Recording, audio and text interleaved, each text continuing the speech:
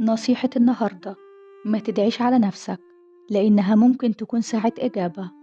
انتوا عارفين إن الفنان أنور وجدي دعا على نفسه؟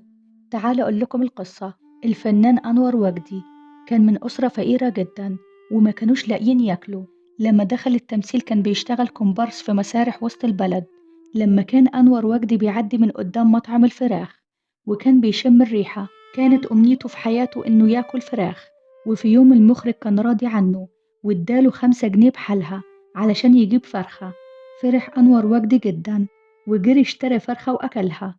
وبعد ما أكل الفرخة وقف في وسط المسرح وقال: الفلوس دي أهم حاجة في الحياة، يا رب اديني نص مليون جنيه حتى لو معاهم سرطان. وسبحان الله، يظهر إن أبواب السما كانت مفتوحة. بعد ما اغتنى أنور وجدي وبقى معاه فلوس كتير، اكتشف إن عنده مرض غريب. والغريب في الموضوع إن المرض ده هو سرطان في المعدة، وكمان كانت حالته متأخرة وميؤوس منها. ساعتها فضل يدعي أنور وجدي إن ربنا ياخد كل فلوسه ويرجع له صحته.